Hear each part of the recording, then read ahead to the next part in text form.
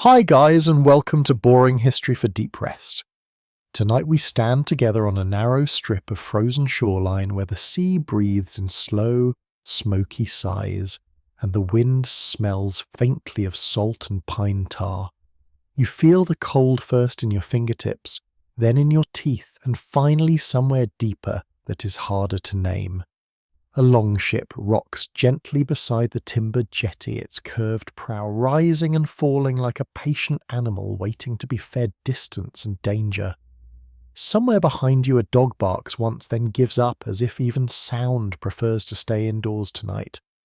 You pull your cloak tighter and glance at the grey horizon, wondering how anyone ever thought winter travel across open water was a reasonable life choice. Spoiler alert, you probably will not survive this. So before you get comfortable, take a moment to like the video and subscribe, but only if you genuinely enjoy what I do here.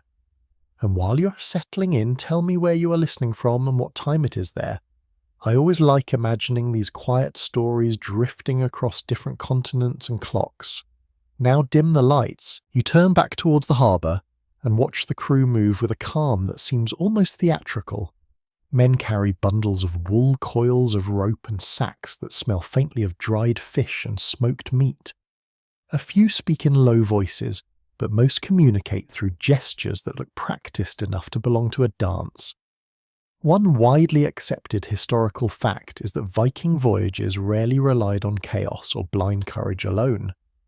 Their departures were usually planned with care, guided by seasonal knowledge and the understanding that winter seas demanded both respect and preparation. The harbour itself feels half asleep. Ice gathers in thin plates along the shoreline, clinking softly as the tide shifts. The sound reminds you of fragile glass being sorted in the dark. A gull drifts overhead, wings stiff against the cold air, then disappears inland as if reconsidering its priorities. You shift your weight from one boot to the other, already sensing that warmth will become a memory rather than a companion. Someone nearby laughs. It is not loud or joyful, more like a breath shaped into amusement. You follow the sound and notice two sailors examining the ship with narrowed eyes. They tap the hull with their knuckles as though listening for a secret only wood can tell. A quirky tidbit surfaces in your thoughts, one often mentioned when passing by storytellers who like small human details. Some Viking crews believed that ships possessed a kind of temperament. A vessel that creaked too sharply or swayed in a certain rhythm might be described as stubborn, while another might earn a reputation for kindness. Whether anyone truly believed this or simply enjoyed the poetry of it is hard to say. The longship itself gleams faintly in the winter light. Its planks overlap like scales fastened with iron rivets that catch the pale sun. The design is both elegant and practical. You run a gloved hand along the side and feel how smooth the wood has become through years of salt and spray. Historians still argue whether the flexibility of such ships was their greatest strength or merely one factor among many. Some scholars suggest that the ability to bend with the waves helped crews survive storms that would have shattered more rigid vessels. Others point to skilled navigation and teamwork as the true deciding elements. A bell rings somewhere inland. It is not a signal for departure, just a reminder that ordinary life continues even on days when extraordinary journeys begin. Smoke rises from a cluster of houses carrying the comforting scent of peat fires and simmering broth. You imagine the warmth inside those walls and briefly question every decision that has led you to this moment, yet curiosity tugs at you with equal force. You watch as the captain steps onto the dock. He is wrapped in layered wool and fur, his beard touched with frost. There is nothing theatrical about his presence. He simply stands and surveys the harbour with the steady patience of someone who has seen enough storms to know that fear wastes energy. Leadership among Viking crews often depended less on grand speeches and more on quiet authority. A captain who remained composed could shape the mood of everyone aboard. The tide shifts again. Water laps against the hull in a rhythm that feels almost conversational. You imagine the sea whispering warnings, or perhaps invitations. The idea that winter travel across such waters was common enough to form part of daily life still feels astonishing. Yet in coastal communities, voyages did not always pause for comfort or convenience. Trade, exploration, and survival demanded movement even when the season seemed determined to discourage it. A younger sailor struggles with a bundle of oars, muttering under his breath. Another steps in to help, their coordination so instinctive it barely registers as effort. You notice how their hands move quickly despite the cold, tying knots and adjusting gear with practiced ease. Every action feels purposeful. There is no sense of dramatic farewell, no cinematic lingering. Departure here is simply another task to complete. You take one last look at the shoreline. Snow clings to the dark earth in uneven patches, like a memory that refuses to settle. Beyond the harbour, low hills stretch toward a sky that seems permanently undecided between light and shadow. You wonder how many of those hills have watched ships leave without ever seeing them return. The crew begins to board. Boots thud softly on the planks. Equipment is stowed with care that borders on reverence. You step forward and feel the ship shift beneath your weight, a subtle reminder that stability will soon become a luxury. The scent of tar and damp wood surrounds you. Somewhere beneath it all lingers the faint sweetness of dried apples packed for the journey ahead. For a moment, everything holds still. Wind pauses, voices fade, even the gulls seem to hover in thoughtful silence. Then a command is given, quiet but unmistakable. Oars slide into place. The longship eases away from the dock as if the sea itself has drawn a slow breath and begun to exhale. You stand among strangers who already feel like companions. Ahead lies a horizon that promises both wonder and hardship. Behind you, the harbour shrinks into a blur of timber smoke and muted colour. The voyage has begun, and with it the long test of endurance that winter always brings. The cold deepens, the water darkens, the story moves forward without asking whether you are ready. The shoreline fades slowly, not with drama, but with the quiet certainty of distance doing its work. You remain near the middle of the longship, steadying yourself as the gentle rocking of the harbour gives way to the deeper breathing of open water. The sound changes first. Instead of soft lapping against wood, the sea now speaks in longer, heavier phrases. Each swell lifts you toward the grey sky before lowering you again into a hollow that smells faintly of brine and cold iron. You notice how the crew settles into their places with almost ritual precision. No one appears hurried. No one wastes movement. One broadly acknowledged historical reality is that Viking longships were designed to thrive in uncertain conditions. Their shallow draft allowed them to skim over waves rather than crash through them, while their flexible hulls could twist slightly under pressure without breaking. Standing here now, feeling the structure shift beneath your boots, you begin to understand how such craftsmanship was less about beauty and more about survival. The oars dip in unison. Wood meets water with a rhythm that soon becomes hypnotic. You find yourself breathing along with the motion as if the entire vessel has become a single living body. Cold air settles into your lungs, sharp enough to feel medicinal. Somewhere behind you, someone hums a tune so quietly that it might be mistaken for wind threading through rope. You glance toward the prow where carved lines suggest the shape of a dragon, or perhaps some creature more imagined than real. Sailors have draped extra wool around the mast, securing bundles that might later serve as blankets or makeshift repairs. A quirky detail drifts into your thoughts, one often repeated in small anecdotes. Some crews believed that decorating the prow with fearsome faces could frighten away hostile spirits or even rival ships. Whether this was true faith or clever psychology aimed at boosting morale remains uncertain. Yet the practice added a layer of personality to each voyage. Clouds gather in slow, deliberate formations overhead. Their colour deepens from pale grey to something closer to pewter. You watch the captain study the sky without lifting his chin. Navigation here depends less on instruments and more on observation. Historians still argue whether Viking sailors relied primarily on landmark sun position or subtle changes in wave direction to guide them. Some scholars point to the use of sunstones, translucent crystals, said to reveal the hidden location of sunlight even through cloud cover. Others remain skeptical, suggesting that experience and memory played a far greater role. The sail is raised when the wind strengthens. It unfurls with a low sigh, like fabric relieved to be doing its duty. Suddenly the ship moves differently. Oars are lifted and secured, leaving the vessel to glide under the pull of invisible forces. You feel both liberated and strangely vulnerable. Without the steady rhythm of rowing, time becomes harder to measure. Distance stretches into something abstract. Spray begins to kiss your face, sir. At first it feels refreshing, almost playful. Then the chill seeps deeper, finding gaps in your cloak and settling against your skin. Wetness becomes an unwelcome companion, one that refuses to be ignored. You watch a sailor wring out the edge of his sleeve with an expression that suggests he has done this countless times. Endurance here is not heroic, it is practical. It is. Seabirds follow for a while, circling above like curious witnesses. Their cries echo across the water in sharp bursts.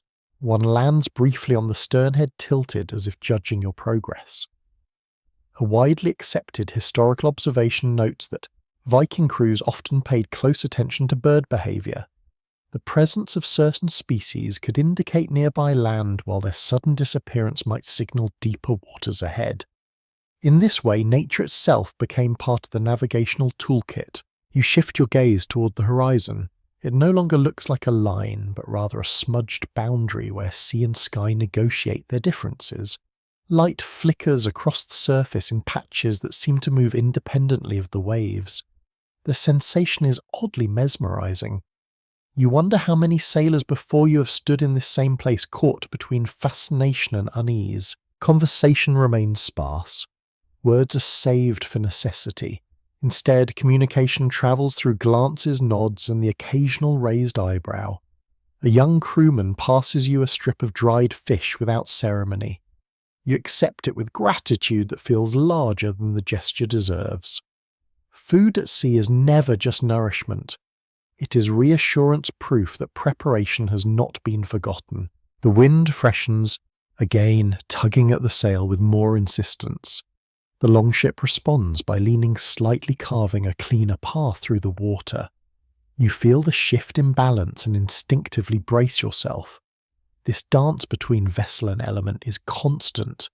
Each adjustment brings both progress and risk. A memory surfaces from earlier on the dock, the captain's calm expression, the quiet laughter among sailors, the sense that departure was merely another step in a familiar routine. Now you begin to see how such composure was earned. Winter seas do not reward panic. They demand attention, adaptability, and the willingness to trust in skills passed down through generations. The sky dims a shade further. Evening approaches, though the concept of day and night feels less distinct out here. Cold presses closer like a presence waiting for invitation. You wrap your cloak tighter and listen to the creak of timber, the flutter of sail, the endless murmur of water. The journey has only just begun yet. Already the land seems like a distant story you once heard but can no longer fully recall. Ahead lies uncertainty shaped by wind and wave. Around you the crew moves with quiet purpose. Beneath you the ship continues its patient conversation with the sea. You breathe in the salted air and accept that survival here will depend not on grand gestures, but on small steady acts, repeated without fail. The rhythm of the sea settles into your bones before you even realize it has happened. At first, you resist the motion, bracing your legs as if determination alone can keep you steady. Then gradually you begin to sway with the ship, your body learning a language that no one bothers to explain. The longship glides forward under a sky that has grown heavier and quieter, the pale sun drifting like a weak coin behind thickening cloud. Cold air gathers in folds around your shoulders, wrapping you in a chill that feels almost deliberate. You notice how preparation continues even after departure. Bundles are shifted, knots are checked again. One broadly recognized historical fact is that Viking voyages often depended on careful management of supplies. Crews carried dried fish, smoked meat, barley, bread, nuts, and occasionally fermented dairy products that could endure the journey without spoiling too quickly. Watching a sailor tuck a pouch of grain beneath a bench, you sense that survival here will depend as much on foresight as on strength. The scent of food mingles with the sharper smell of wet timber. Someone opens a small wooden chest and reveals neatly wrapped pieces of cured meat. The aroma drifts through the air, warm and faintly sweet. You feel your stomach respond with a quiet insistence that is impossible to ignore. Hunger at sea does not arrive dramatically. It slips in like a draft through a poorly sealed door. A quirky custom floats into your awareness, one that feels almost humorous against the seriousness of the voyage. Some sailors were said to carry personal tokens tucked into their clothing, small carved animals, bits of polished bone, or scraps of cloth believed to hold protective power. Whether these objects offered real comfort or simply distracted the mind from fear is something no one aboard seems eager to discuss. Yet you notice a man near the stern briefly touch a pendant beneath his cloak before returning to his task. You crouch beside a stack of woolen blankets and feel their rough texture beneath your fingers. Wool is more than comfort here. It is armor against the cold. Historians still argue whether Viking crews layered garments primarily for insulation or for moisture control, since wool retains warmth even when damp. Some researchers suggest that the material's natural oils help repel water, giving sailors a slight advantage during long exposure to spray and snow. Others believe the real benefit lay in sheer thickness and resilience. Wind shifts without warning, sending a ripple through the sail that travels down the mast like a whispered message. The ship responds by tilting slightly its prow, cutting a sharper line across the waves. You glance toward the captain, who stands with one hand resting lightly on the steering oar. His gaze moves constantly, measuring distance, colour, and movement in ways that seem almost instinctive. Leadership here feels less like command and more like interpretation. He reads the sea the way others might read a familiar book. You are given a task at last. A coil of rope is placed in your hands with a nod that suggests both trust and expectation. The fibres feel stiff from salt and cold. You begin to wind them, carefully matching the pattern you have observed in others. Each loop becomes an act of participation, a small claim on belonging.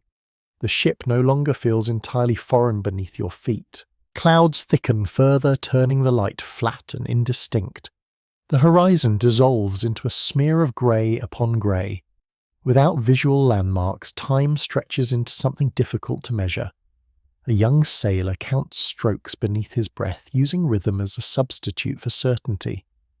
You realise how easily the mind seeks structure when faced with endless sameness. A gull appears again, skimming the water with effortless grace. Its presence feels like a reminder that life adapts even to the harshest environments. One widely accepted historical observation notes, the Viking crews often took cues from wildlife, interpreting sudden changes in bird patterns as signs of weather shifts or nearby land. Here on the open sea, every living creature becomes both companion and informant. You reach into a pouch and pull out a small piece of barley bread. It is dense and slightly sour, the flavour lingering longer than you expect. Eating becomes a quiet ritual. Each bite anchors you to the present moment. Around you, others chew slowly, conserving both food and energy. Conversation remains minimal, replaced by shared glances that convey understanding without words. The temperature drops again. Frost begins to gather along the edges of the ship, delicate crystals forming where spray has settled. You brush a hand across the railing and watch the tiny patterns break apart like shattered glass. The beauty of it feels almost unfair. Nature offers spectacle even as it tests endurance. Your thoughts drift briefly toward the harbour you left behind. Smoke rising from chimneys, snow resting on dark earth. The memory feels distant now, as if it belongs to another life. Ahead only the steady forward motion of the longship holds meaning. Every creak of wood and snap of sail becomes part of a larger narrative, unfolding without pause. A command is given to adjust the cargo, and you move with the others, lifting, sliding, securing. Cooperation here is not optional. It is instinct shaped by necessity. You sense how quickly disorder could invite danger.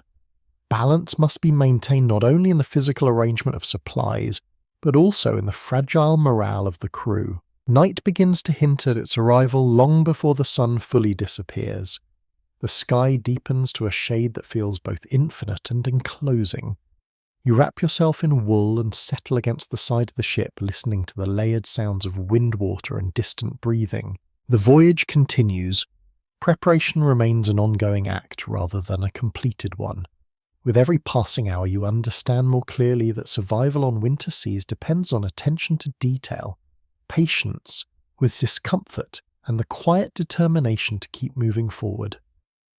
The sea seems to grow wider as the hours slip quietly past. You begin to understand that distance on open water is not measured in miles alone, but in sensations. The way the wind changes pitch, the way light softens or sharpens without warning, the way your own thoughts stretch out like the horizon, sometimes clear, sometimes blurred into uncertainty. You stand near the prow now, watching how the longship glides across a surface that looks calm yet feels alive beneath every plank. A well-known historical reality begins to take shape in your mind as you observe the crew at work. Viking sailors did not travel blindly. Their survival depended on reading the natural world with remarkable attention. You notice how several men keep glancing towards the sky, studying the patterns of cloud drift and the subtle colour shifts that hint at approaching weather. Others scan the water itself, watching for changes in wave direction or unusual currents that might suggest hidden hazards. Navigation here feels less like calculation and more like conversation with the environment. The wind carries a faint metallic tang as though ice somewhere far away has begun to breathe. You wrap your cloak tighter and feel the rough weave against your neck. Nearby, a sailor dips his hand into the sea and lifts it again, examining the droplets that cling to his fingers. It seems like a small, almost absent-minded gesture, yet you sense it holds meaning. Among seafaring communities, the temperature and texture of water could offer clues about seasonal shifts and unseen land masses. A curious detail surfaces from the quieter corners of maritime folklore. Some crews were said to taste the sea itself during long voyages, believing that subtle variations in saltiness might reveal proximity to river mouths or sheltered bays. Whether this practice had practical value or served more as ritual comfort is difficult to determine. Still, you catch sight of one man pressing wet fingertips to his tongue before nodding thoughtfully toward the horizon. You begin to notice birds again. At first, only one or two drifting like scraps of pale cloth against the grey sky. Then a larger group appears, circling and diving in patterns that seem deliberate. You feel a quiet ripple of anticipation move through the ship. One commonly accepted historical insight notes that Viking crews often treated bird behaviour as a living compass. The presence of certain species could indicate nearby coastlines, while their absence might confirm a course deeper into open sea. Watching the flock wheel and scatter, you sense how even small signs can carry enormous significance. The captain steps closer to the mast and adjusts the angle of the sail with a practiced motion. No words are spoken, yet several crew members respond instantly, shifting their positions to maintain balance. Coordination here feels almost musical. Each movement follows an invisible rhythm shaped by experience rather than instruction. You realize that survival depends not only on individual skill, but on the collective awareness of everyone aboard. A lingering academic question drifts into your thoughts as you observe these techniques in action. Scholars still debate how much of Viking navigation relied on specialized tools versus accumulated memory and intuition. Some researchers suggest that objects like sunstones may have helped determine direction when the sky was overcast. Others argue that generations of oral knowledge and keen environmental observation provided sufficient guidance. Standing here, feeling the ship respond to every subtle adjustment, you begin to suspect that both elements may have played a role. The sky brightens briefly, then dims again as clouds shift like slow-moving curtains. Light flickers across the water in uneven bands, creating illusions of depth and distance. You find yourself staring into these patterns, half expecting them to reveal some hidden message. Instead, they offer only the quiet reassurance that nature continues its endless performance. You're handed a small task once more. This time it involves watching the edge of the sail for signs of strain. The fabric trembles and tightens with each gust, its surface rippling like a living skin. You keep your gaze fixed, learning to interpret every flutter. Responsibility, even in modest form, anchors you against the vastness surrounding the ship. The cold intensifies, creeping through wool and leather with patient determination. You stamp your feet lightly, feeling the vibration travel up through your legs. Around you, others perform similar motions, subtle acts of self-preservation that blend into the overall rhythm of the voyage. Conversation remains sparse, yet a sense of shared purpose grows stronger with each passing hour. A memory surfaces of the harbour bell ringing earlier that day. The sound seems impossibly distant now, as though it belonged to another world entirely. Out here, time unfolds according to the wind and wave rather than human schedules. You begin to understand how such journeys reshape perception itself. The longship continues forward, guided by signs that might appear insignificant to untrained eyes. Clouds, currents, birds, the taste of salt on the air.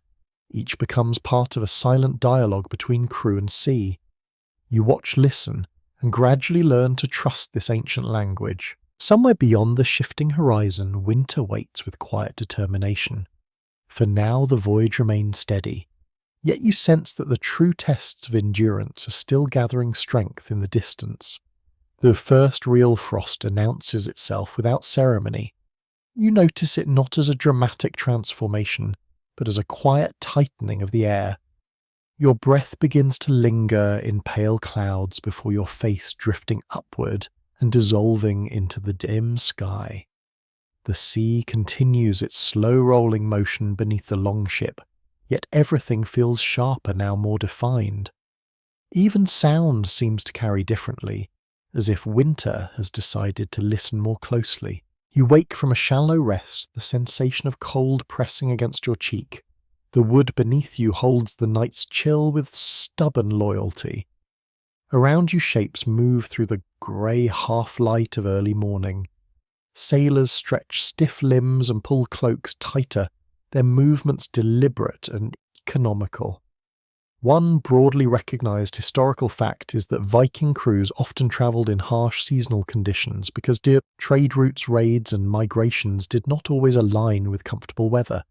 Survival required acceptance of discomfort as a constant companion rather than an occasional inconvenience.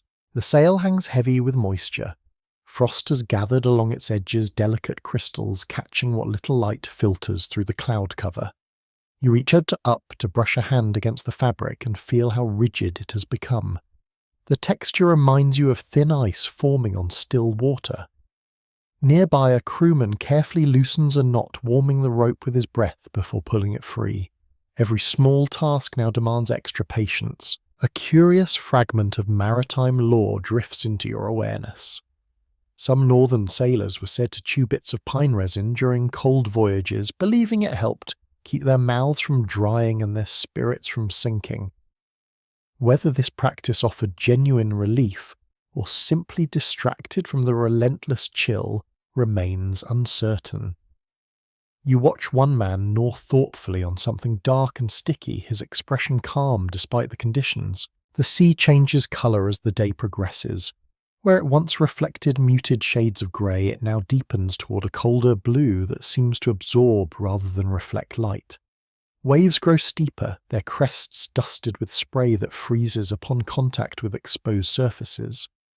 A commonly accepted historical observation notes that winter sailing required constant vigilance against ice accumulation. Even a thin layer could alter a ship's balance, increasing the risk of capsizing if not managed carefully. You see this principle in action as sailors move methodically along the deck, scraping away frost with wooden tools. Wind begins to rise, not yet violent but persistent enough to demand attention. threads through the rigging with a low, mournful tone that lingers in your ears. You wrap your cloak tighter and feel the rough wool rasp gently against your neck. The sensation is oddly comforting. Texture becomes reassurance. Warmth, however slight, becomes treasure. A lingering academic puzzle comes to mind as you observe the crew's response to these conditions. Researchers still question how Viking sailors balance speed against safety when navigating winter seas. Some argue that reducing sail and moving cautiously would have been the preferred strategy. Others suggest that maintaining momentum could help a vessel ride over dangerous swells more effectively. Watching the captain adjust course with subtle shifts of the steering oar, you sense that such decisions depended as much on intuition as on established practice. The first snow arrives as a whisper. Tiny flakes drift from the sky, dissolving the moment they touch the water. You hold out his gloved hand and watch them gather briefly before vanishing. Around you, the crew acknowledges the change with quiet glances rather than alarm. Snow is not an enemy in itself, it is simply another factor to be understood. Food is shared again in careful portions. A strip of smoked meat passes from hand to hand, followed by a small cup of something warm and faintly sour. The liquid spreads heat through your chest like a gentle flame. You close your eyes for a moment, savouring the sensation. Sustenance here is measured not only in calories but in morale. Birds have disappeared entirely now. The sky feels emptier without their circling forms. You realise how much reassurance their presence once offered. In their absence, the sea appears larger, more indifferent. The horizon stretches unbroken in every direction, a reminder that isolation can be as challenging as cold or hunger. The longship continues its steady progress. Oars dip and rise when the wind falters, then rest again as the sail catches another reluctant gust. Each transition feels seamless, guided by shared understanding rather than spoken command. You sense how routine becomes a shield against fear. Familiar actions create the illusion of control, even when the elements remain unpredictable. As evening approaches, the light fades into a soft metallic glow. Snow thickens, settling on your cloaks and benches in thin white layers. You brush it away and listen to the subtle crunch beneath your boots. The sound feels strangely intimate, like the quiet turning of pages in a vast and ancient book. You look toward the captain once more. His posture remains unchanged, steady as the mast beside him. In that stillness, you recognize the true nature of leadership at sea. It is not about eliminating danger. It is about guiding others through it with calm persistence. The frost deepens, the wind sharpens, yet the voyage continues without pause. You draw another slow breath of salted air and prepare yourself for whatever the next horizon might reveal. Sleep comes in fragments that feel more like interruptions than true rest. You drift in and out of awareness while the longship moves beneath you with tireless determination. The sea never stops speaking. It murmurs against the hull sighs through the rigging, and occasionally slaps the planks with a sharp reminder that you are far from the safety of land. When you open your eyes, the sky is a pale blur, neither fully day nor convincingly night. Time at sea becomes less about hours and more about endurance. Your clothing is damp again. It is a constant condition now, rather than an occasional annoyance. Moisture settles into wool leather and skin with patient persistence. You shift your position and feel the chill spread along your back like a slow-moving shadow. One widely accepted historical reality is that Viking sailors spent long periods in wet garments during voyages, relying on the insulating properties of wool to preserve body heat even when soaked. Comfort was rarely part of the equation. Practical survival was the only true goal. Around you, others stir and stretch, their movements stiff but purposeful. A man near the stern rubs his hands together briskly before grasping an oar. Another adjusts the edge of his cloak to shield his neck from the wind. These small rituals repeat day after day, forming a quiet choreography of persistence. You begin to mimic them without thinking, learning through observation rather than instruction. The ship creaks softly as it rises and falls. The sound feels almost conversational, like an old companion offering commentary on the journey. You rest your palm against the wooden side and sense the subtle vibrations travelling through its frame. There is reassurance in this connection. The vessel is not merely a tool, it is a partner in survival. A curious maritime habit drifts into your thoughts, one that feels both practical and oddly symbolic. Some northern crews were known to sleep sitting upright against their gear, believing that lying flat made the body colder and less responsive to sudden danger. Whether this posture truly preserved warmth or simply reflected limited space aboard the ship remains open to interpretation. Yet you notice several sailors resting in precisely this way, heads tilted forward, cloaks wrapped tight as cocoons. The sky grows darker as clouds thicken once more. Snow has ceased for the moment, replaced by a fine mist that clings to every surface. You wipe droplets from your brow and taste salt on your lips. The sea's presence becomes intimate, almost invasive. It seeps into food, clothing, and even dreams. A well-established historical observation suggests that Viking voyages demanded constant adaptation to changing weather patterns. Crews could not rely on predictable conditions, especially during winter. Instead, they developed routines that allowed rapid response to shifting winds and waves. You witness this adaptability when a sudden gust forces the sail to snap taut. Within seconds, hands move to adjust lines and redistribute weight, restoring balance before panic has time to take root. The wind strengthens, gradually building from a whisper to a steady push against your side. It carries with it the scent of distant ice, and something else, harder to define, perhaps the memory of storms yet to come. You tighten your grip on a nearby rope and feel the fibers bite gently into your palm. Physical sensation becomes an anchor in moments when uncertainty threatens to drift into fear.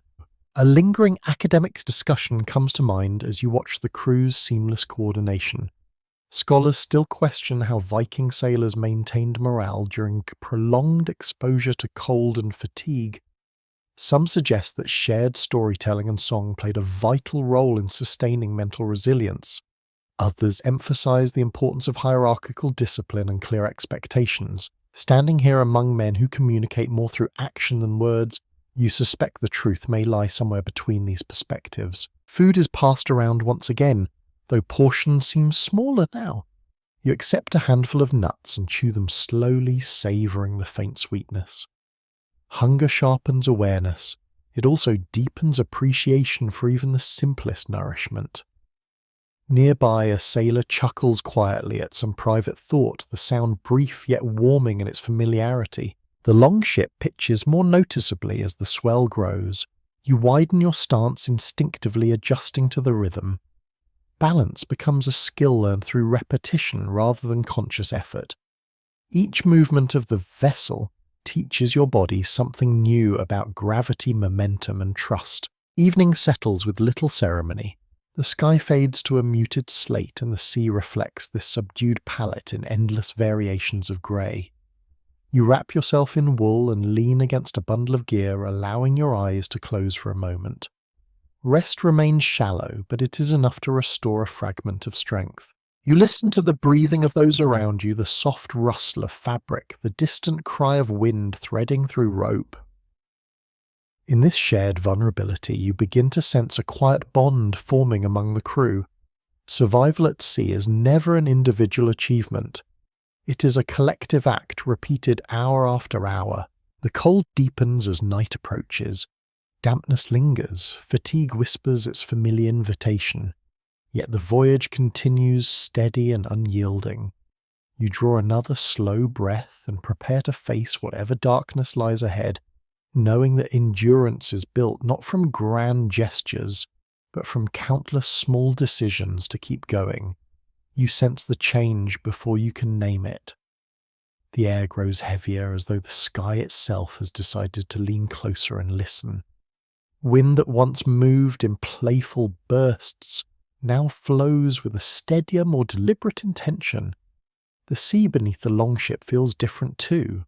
Its rhythm becomes less predictable, its rise and fall carrying a subtle urgency that makes your stomach tighten. No one shouts, no one panics, yet the crew begins to move with sharper focus, their quiet routine transforming into alert readiness. You watch a sailor pause mid-task and lift his gaze toward the western horizon. Clouds gather there in dense formations that resemble distant mountains. Their edges blur into one another, forming a wall of grey that seems to advance without sound. A widely acknowledged historical fact comes to mind as you observe this silent preparation. Viking sailors depended heavily on environmental cues to anticipate storms, often recognizing subtle shifts in wind direction or wave pattern long before danger became obvious. The captain adjusts his stance beside the steering oar. His expression remains composed, but his attention sharpens like a blade being drawn from its sheath. Orders pass along the deck in low voices. Lines are tightened, loose gear is secured. You're handed a coil of rope and shown where to fasten it, your fingers fumbling at first before finding the rhythm of the knot. Participation steadies your thoughts.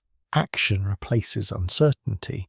A curious belief from northern seafaring culture drifts into your awareness. Some crews were said to listen for certain tones within the wind, convinced that a deep, hollow sound foretold heavy weather.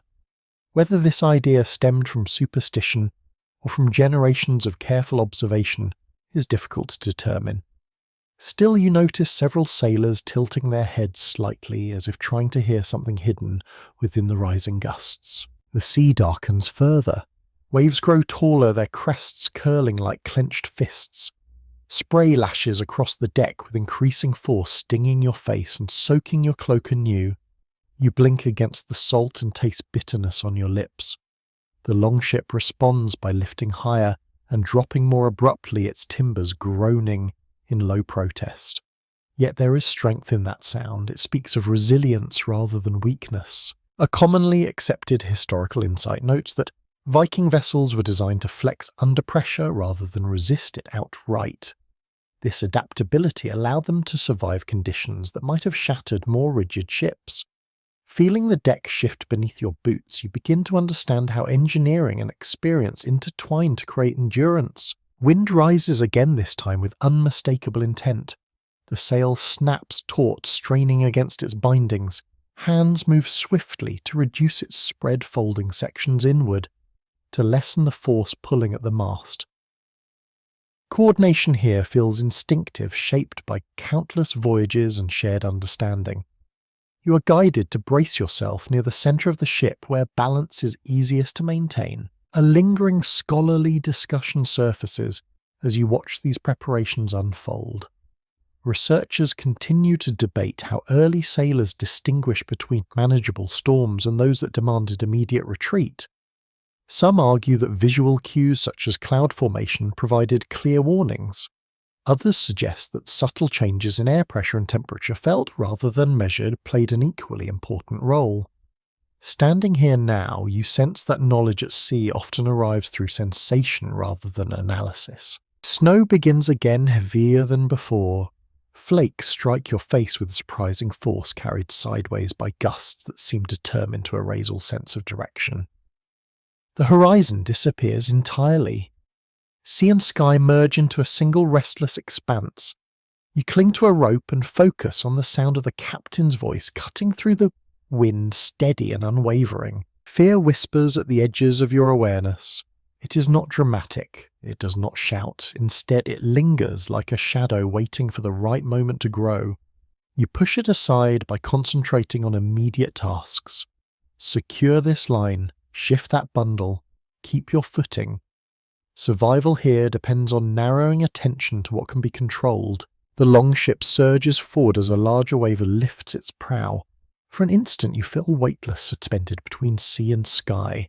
Then gravity returns with a jolt that rattles your bones. Laughter erupts from somewhere behind you, sharp and almost defiant. Humour in such moments feels like an act of resistance, a refusal to surrender to dread. Darkness gathers earlier than expected. The storm front looms closer, its presence now undeniable. Wind howls through the rigging with a voice that seems almost human. You wrap your cloak tighter and prepare yourself for what lies ahead. The crew stands ready, bound by shared purpose and quiet determination. The first true signs of violent weather have arrived. The sea has changed its mood, and you know instinctively that the next hours will test every skill, every bond, and every fragile hope carried aboard this vessel. The storm does not arrive all at once. It builds like a long thought finally spoken aloud. Wind thickens, gaining weight and direction.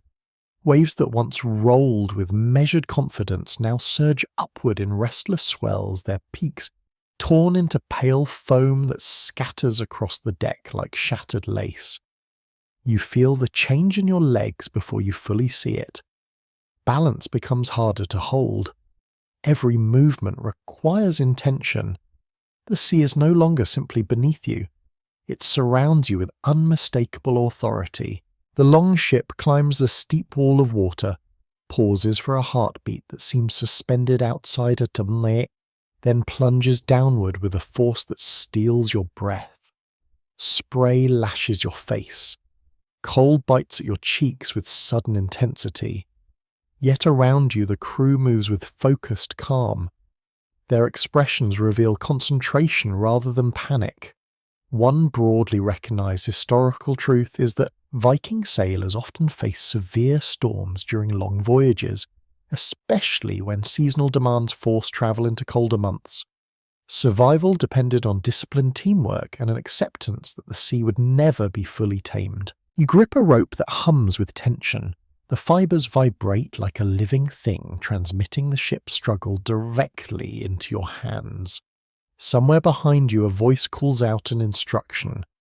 You do not catch every word, but you understand the urgency in its rhythm. Lines are tightened again. Cargo shifted closer to the centre. Weight must be balanced if the vessel is to remain upright. A curious seafaring notion drifts into your thoughts as lightning flickers far beyond the horizon. Some northern sailors believed that storms carried the voices of ancient spirits, their anger expressed through wind and wave. Whether this belief offered comfort or heightened fear likely depended on the listener. You watch one man murmur something beneath his breath before returning his full attention to the task at hand. The sail has been reduced to a narrow shape, its edges snapping sharply with each gust. Even so, the force pulling at the mast feels immense. Water sloshes across the deck in unpredictable surges, pooling around your boots before rushing away again. The scent of salt grows stronger, mingled with the raw smell of wet wood. You blink against the sting and focus on staying upright. An established historical observation suggests that Viking longships were built with overlapping planks that allowed slight movement between them. This flexibility helped absorb the impact of heavy seas, reducing the risk of catastrophic breakage. Feeling the deck shift beneath you, you sense how this design choice transforms the ship into something almost organic. It bends and recovers like a creature determined to survive.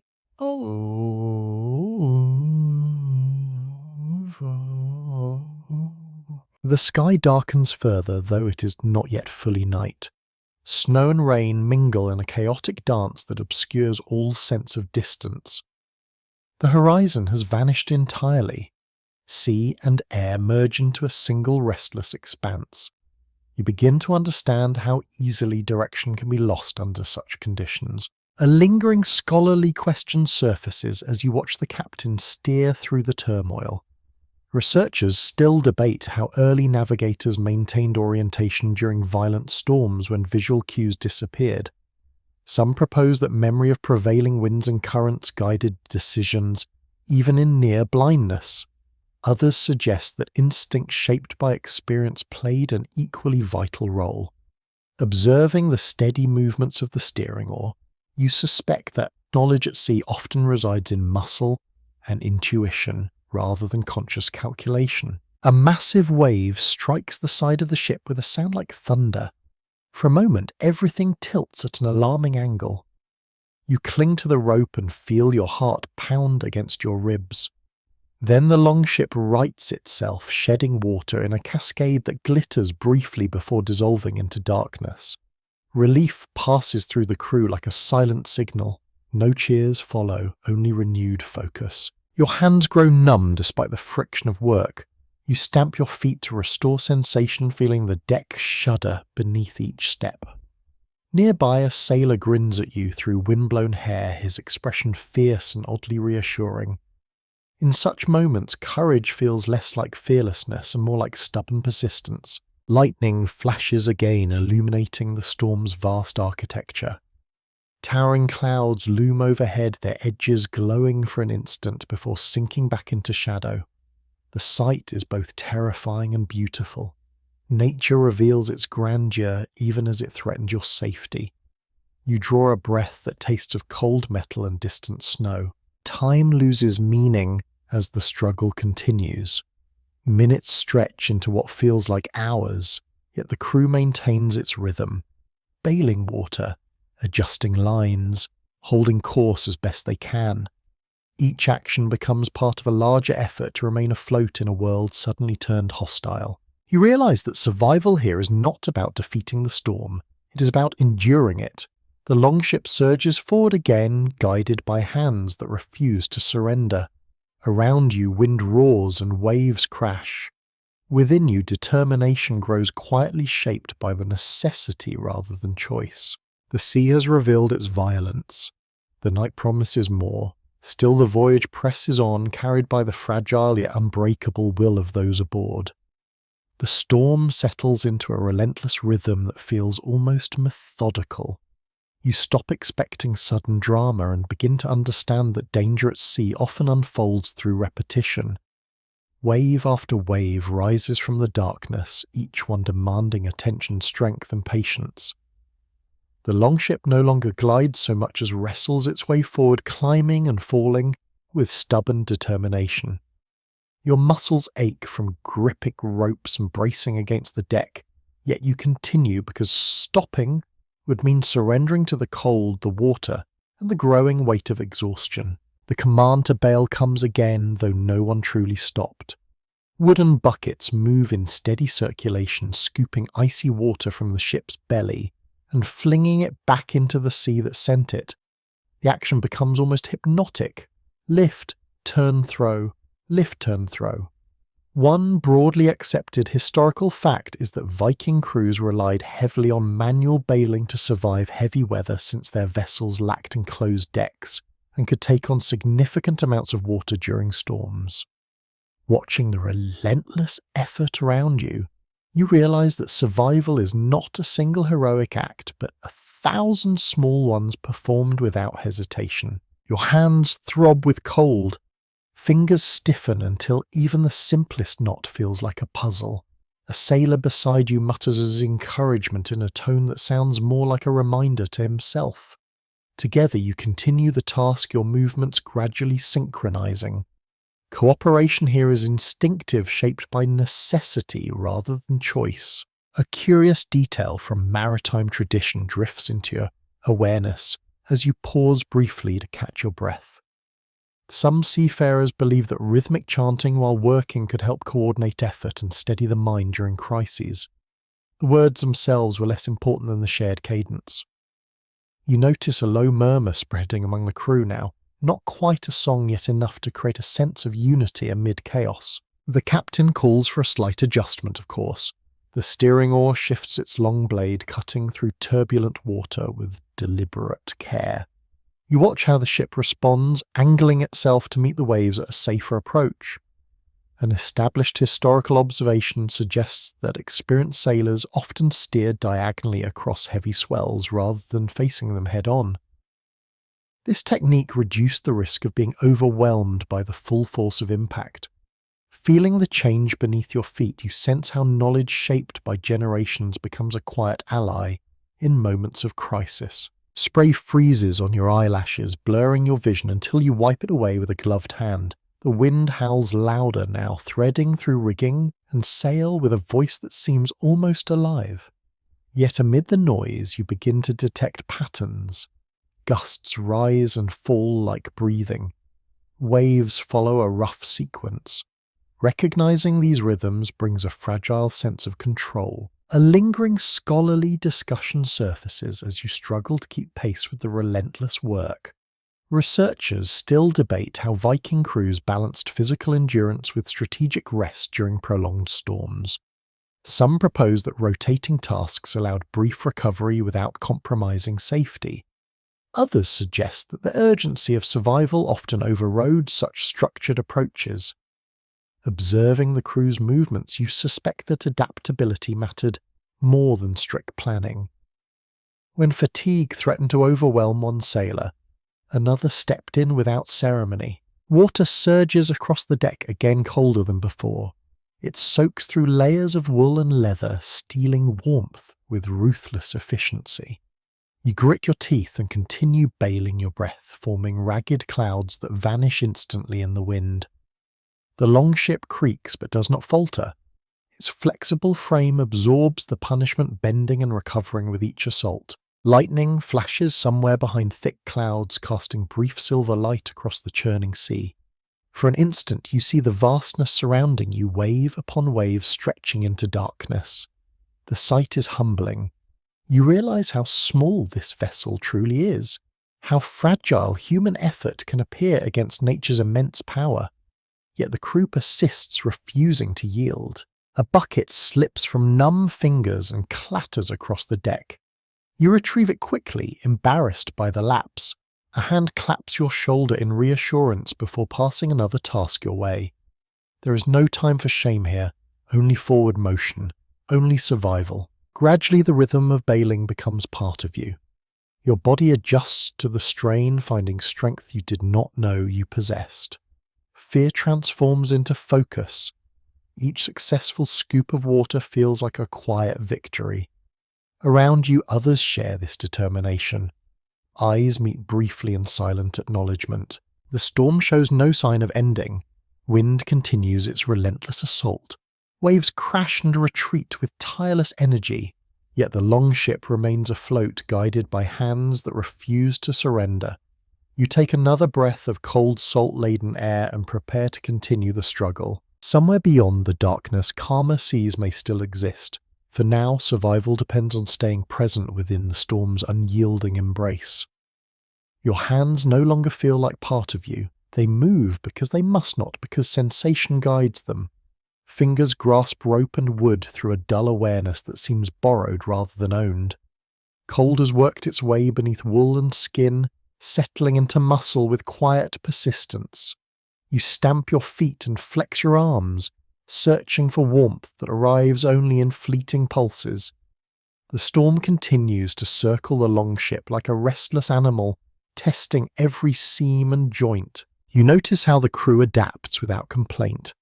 Tasks shift from one person to another, with a smoothness that suggests long familiarity. One broadly recognized historical truth is that Viking survival at sea depended not only on physical endurance but also on mental discipline. Sailors were expected to remain alert despite fatigue, capable of responding quickly to changing conditions. Watching the men around you move with measured focus, you begin to understand how training and experience shaped resilience. The captain calls for a brief pause in rowing as the sail catches a steadier gust. Oars are lifted and secured with efficient precision. For a moment the ship glides forward under the windle alone, its motion smoother yet no less intense. You use this lull to rub warmth into your forearms, feeling the prickling return of circulation. Pain accompanies the sensation, sharp and undeniable. It reminds you that your body still belongs to you. A curious maritime practice comes to mind as you observe a sailor tightening a strip of cloth around his wrists. Some northern seafarers were said to bind vulnerable joints during storms, believing that firm support reduced injury when the ship lurched unexpectedly. Whether this custom arose from medical insight or simple trial and error remains uncertain. Still, you notice how many aboard carry small lengths of cloth tucked into their belts for precisely this purpose.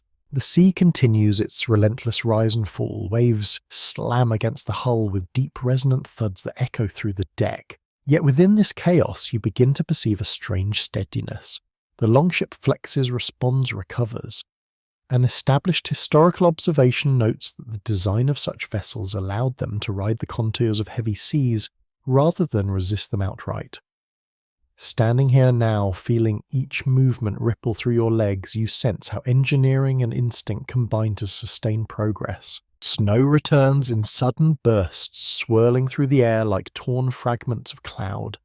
It clings briefly to hair and cloak before melting into cold dampness. Visibility shrinks further, reducing the world to a narrow circle of grey.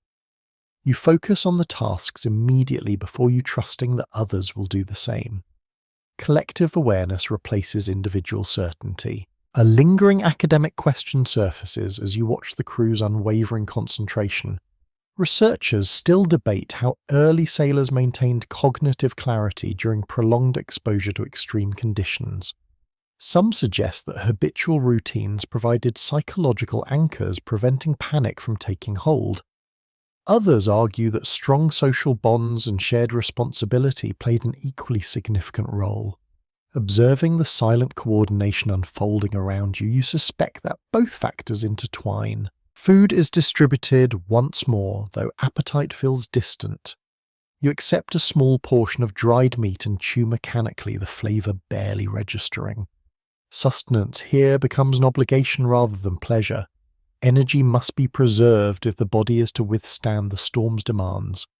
Nearby, a sailor forces a grin and raises his portion in mock celebration before swallowing it whole. Humour survives even when comfort does not. The steering oar shifts again as the captain adjusts course to meet a series of larger swells. You widen your stance instinctively, allowing the motion to travel through your body rather than resisting it. Balance becomes less about strength and more about trust. Trust in the ship, trust in the crew, trust in your own ability to adapt. Darkness thickens as evening approaches, though the sky has offered little true light all day. Wind continues to roar through rigging, and sail its voice, now familiar enough to feel almost companionable. You listen for changes in its tone, searching for signs of either worsening danger or approaching relief. Awareness sharpens under pressure. Every sound carries potential meaning. A wave crashes across the deck with sudden violence, drenching you from head to foot. For a heartbeat, you gasp at the shock of icy water. Then you return to the rhythm of work without hesitation. Endurance is no longer a conscious decision. It has become a state of being. The storm persists, yet something within you has shifted. Fear still exists, but it no longer dominates your thoughts. Instead, there is focused determination and the quiet realization that survival depends on continuing forward one task at a time. The longship presses on through darkness and cold, guided by hands that refuse to falter. You draw a slow breath of salted air and steady yourself for whatever the next hour may bring. At last, the storm loosens its grip just enough to reveal something new on the horizon. It is not land at first, only a darker shade of grey against the restless sea. You squint into the wind, unsure whether the shape belongs to cloud or coastline. The crew senses it too. Movement shifts subtly. Voices rise a fraction above the usual murmur. Hope arrives in cautious increments, never all at once. The longship continues to heave and sway, but the violence has softened into a heavy rolling persistence. You feel exhaustion settling deeper into your limbs now that adrenaline no longer shields you. Every muscle carries the memory of strain. Your hands still numb clutch the edge of the hull as if confirming that both of you remain intact. A widely acknowledged historical fact emerges as the vessel changes course toward the shadow ahead. Viking sailors often sought temporary refuge along unfamiliar shores during harsh weather, using natural inlets, small islands, or rocky coves to escape the worst conditions.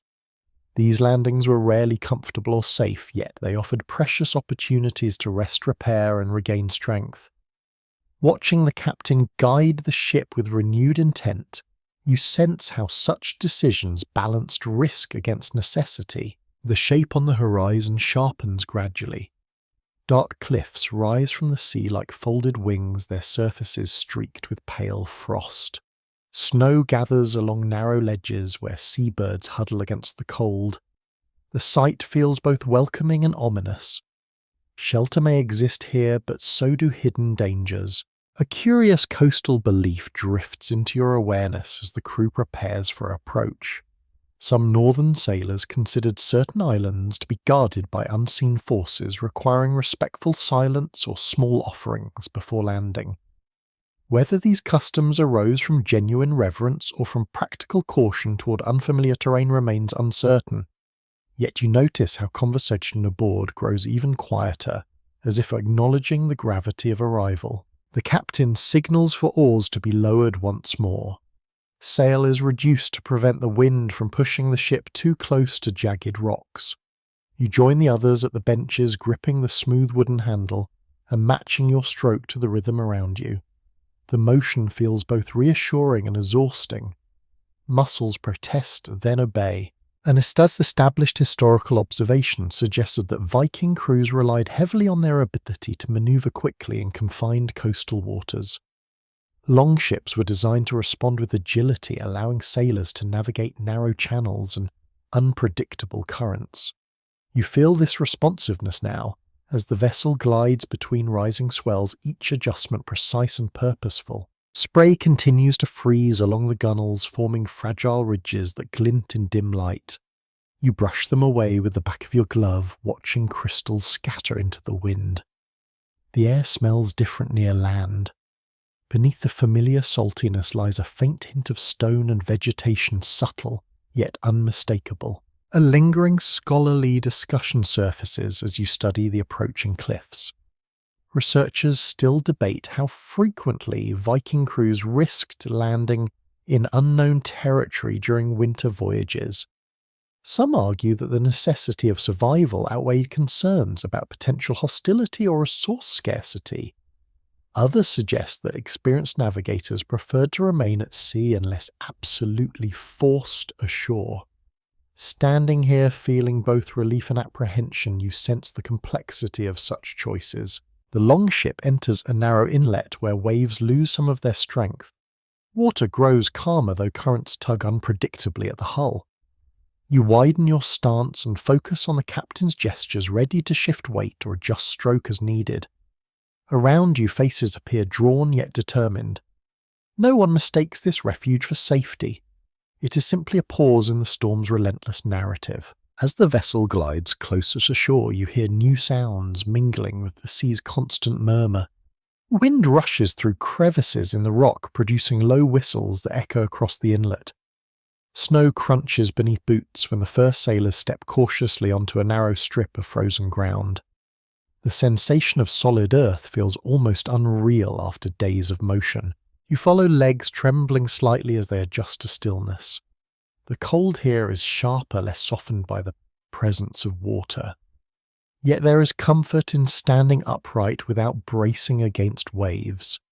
You look back at the longship resting against the rocks, its curved form outlined by pale frost. It appears smaller now, more vulnerable, yet also strangely dignified. The crew begins to unload essential supplies. Cloaks are shaken free of ice, tools are gathered for inspection and repair. Firewood is sought among scattered drift. Every action carries urgency tempered by fatigue. Survival on land requires as much vigilance as survival at sea. You draw a slow breath of air that smells of stone snow and distant pine. The storm has not ended. It has merely granted you this brief interlude. As darkness approaches once more, you prepare to face the challenges of sheltering in a place that feels both foreign and necessary. The stillness of land feels almost unreal after the constant motion of the sea. You stand on the frozen ground that crunches faintly beneath your boots, the sound sharp and oddly satisfying. Around you, the inlet curves inward like a protective arm, its rocky walls blocking the worst of the wind. Snow clings to every surface in thin glittering layers. The sky hangs low and heavy, promising more weather before morning. Yet for the first time in many hours, the longship rests without pitching or groaning. You watch as the crew moves with renewed urgency. Tasks change from steering and bailing to gathering fuel and inspecting damage. One firmly established historical fact is that Viking sailors often used brief landings during winter voyages to conduct essential repairs. Exposure to ice salt and heavy waves could loosen rivets, warp planks, and fray rigging. Without careful maintenance, even the strongest vessel might fail when next challenged by open water. Seeing men kneel beside the hull with tools in hand, you understand how survival depended on this quiet labour, as much as on courage during storms. Someone manages to coax a small fire into life using driftwood and scraps of dry moss carried for precisely such moments. The flame flickers uncertainly at first, then grows steadier, casting warm gold light against the surrounding rock. You feel drawn toward it instinctively. Heat becomes more than comfort. It becomes reassurance that life continues despite cold and fatigue. A curious coastal tradition drifts into your thoughts as you watch sailors extend their hands toward the blaze. Some northern crews were said to warm stones beside the fire before wrapping them in cloth and tucking them into their clothing at night. Whether this method provided lasting warmth or merely psychological relief is difficult to determine. Yet you notice a man selecting a smooth rock and placing it carefully near the embers, his expression thoughtful and patient. The longship itself becomes the focus of careful attention. You join others in scraping away hardened frost and examining seams where water may have seeped through. An acknowledged historical observation suggests that Viking vessels required constant vigilance to remain seaworthy. Even minor damage could worsen quickly under the strain of winter travel. Working together, the crew tightens bindings, replaces worn lashings, and tests each plank with practiced taps that reveal hidden weaknesses. Wind sighs through the inlet softer now, yet still carrying a chill that settles into bone. You pull your cloak tighter and feel its damp weight against your shoulders. Snowflakes drift down again, melting as they touch the warmth rising from the fire. The scent of smoke mingles with salt and cold stone, creating an atmosphere that feels both harsh and strangely peaceful. A lingering academic discussion surfaces as you observe the rhythm of these repairs. Researchers continue to debate how Viking crews balance speed of travel with the need for frequent maintenance stops. Some scholars argue that extended landings risked exposure to hostile forces or scarce resources. Others believe that prudent sailors preferred to sacrifice time rather than gamble with a compromised vessel. Standing here beside the fire, you sense the wisdom in choosing caution when survival hangs in delicate balance. Food is prepared with quiet efficiency. Dried fish is softened in a pot of heated water, releasing a savoury aroma that lifts spirits more effectively than any speech. You accept a portion and feel warmth spread through your chest with each swallow. Around you, conversation grows slightly more animated. Laughter returns in brief bursts carried upward by smoke that curls into the dim sky. Night deepens gradually. Stars remain hidden behind clouds, leaving only the shifting glow of firelight to define shapes in the darkness. You sit close to the warmth and listen to the subtle sounds of the crew settling into temporary shelter. Cloaks are arranged as bedding. Weapons are placed within easy reach. Vigilance remains essential even in this moment of rest. The longship looms nearby, its silhouette outlined by frost and shadow. It appears almost alive, a silent companion recovering strength alongside its human guardians. You realize how deeply trust has formed between sailors and vessel. Each depends on the other to endure the challenges ahead. You close your eyes briefly, allowing fatigue to wash over you like a gentler tide. Rest on land feels different from sleep at sea. It is steadier, deeper, yet tinged with awareness that departure will come soon. Winter offers no lasting refuge, only pauses between trials. The fire burns lower as the hours pass, wind whispers against rock. Snow continues its quiet descent. You draw your cloak around you and prepare for a night that promises both relief and renewed resolve. Morning does not so much arrive as reveal itself slowly through thinning darkness. You wake to the faint crackle of embers and the distant murmur of water moving beyond the inlet. For a moment you remain still, wrapped in wool that smells of smoke and salt, savouring the rare steadiness beneath your body. Then awareness returns with quiet insistence. The voyage has paused, not ended. The cold greets you immediately when you sit upright. It lingers in the ground and in the air, pressing gently but persistently against every exposed surface. Frost has formed delicate patterns on the edges of cloaks and tools left overnight. Nearby, a sailor rises and stretches stiff limbs, his breath drifting in pale ribbons that vanish almost as soon as they appear. One well-documented historical reality begins to take shape in your thoughts as preparations resume. Viking crews often enforce strict rationing of food during extended voyages, especially when weather delays threaten to consume supplies faster than expected. Hunger could undermine morale and weaken endurance, making careful distribution essential for survival. You watch as portions are measured with deliberate precision, each person receiving enough to continue but never quite enough to feel satisfied. A pot warms again over the rekindled fire. The scent of softened fish and barley drifts through the crisp air, stirring both appetite and gratitude. You accept a small wooden bowl and eat slowly, letting each mouthful linger as if prolonging the comfort it offers. Around you, conversation remains subdued, yet more frequent than at sea. Shared hardship has softened the edges of unfamiliarity. A curious seafaring custom surfaces as you observe one man dividing his portion in half and tucking the remainder into a pouch. Some sailors were known to save a small reserve of food even when rations were scarce, believing that the knowledge of hidden sustenance provided psychological strength during later trials. Whether this practice truly extended survival or simply offered reassurance is uncertain. Still, you sense how hope can be stored in unexpected ways. The longship becomes the centre of attention once more. Repairs completed during the night are tested in the morning light. Ropes are tightened. Oars are examined for cracks that might worsen under strain. An established historical observation notes that Viking vessels required continual care to remain reliable in harsh environments. Each plank and binding represented a fragile promise against the immense forces of wind and sea. Snow has ceased for now, leaving the inlet quiet except for the distant surge of waves beyond its protective curve. You walk toward the shoreline and watch the tide pull gently at the rocks, its motion calmer than the chaos of previous days. The contrast feels almost surreal. It reminds you how quickly conditions can transform how fragile any sense of security remains. A lingering scholarly question drifts into your mind as departure preparations begin. Researchers still debate how often Viking crews chose to resume travel immediately after storms, rather than waiting for clearer weather. Some suggest that limited supplies forced early movement despite lingering danger.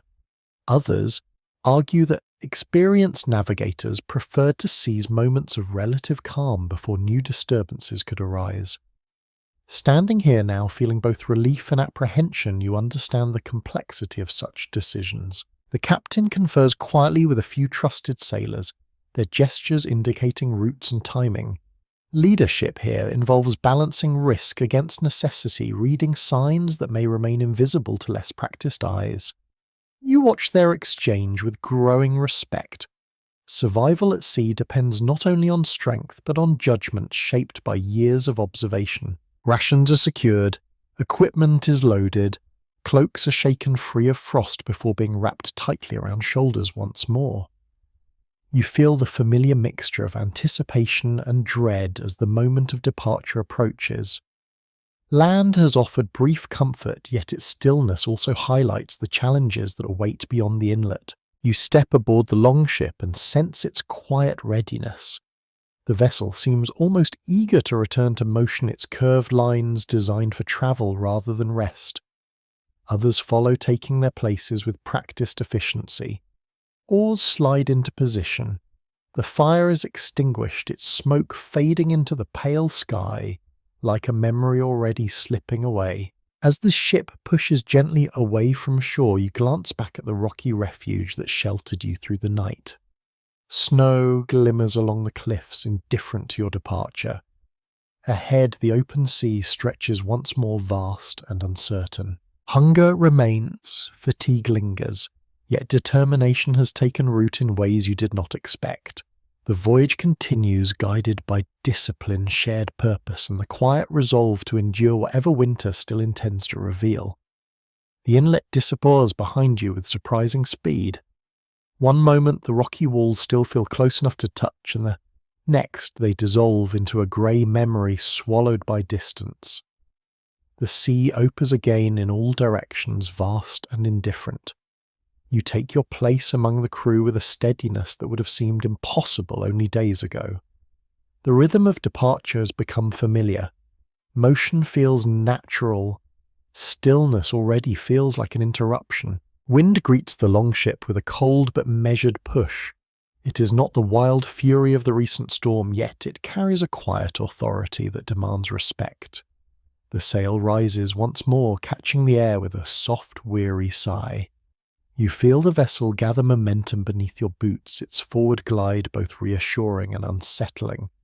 Travel resumes not as adventure, but as necessity. A broadly accepted historical truth surfaces as you watch the crew settle into renewed routine. Viking sailors often relied on shared belief systems to sustain morale during prolonged hardship. Faith in unseen forces, whether divine favour or ancestral protection, could transform fear into determination. You notice how a few men touch small tokens hidden beneath their cloaks or murmur brief phrases that sound older than memory itself. The sky remains overcast, its pale light diffused across the restless water. Waves roll in steady succession, their crests dusted with foam that dissolves into mist. You wrap your cloak tighter and focus on the sounds surrounding you. Rope creaks, wood shifts, breath rises in quiet clouds. Sensory detail becomes a guide, helping you remain present in an environment where direction can feel abstract. A curious maritime superstition drifts into your thoughts as you observe a sailor tracing a simple symbol on the mast before returning to his bench. Some northern crews believe that marking the ship with protective signs could influence the outcome of a voyage. Whether these gestures carried genuine conviction or served as psychological anchors during uncertain times remains difficult to determine.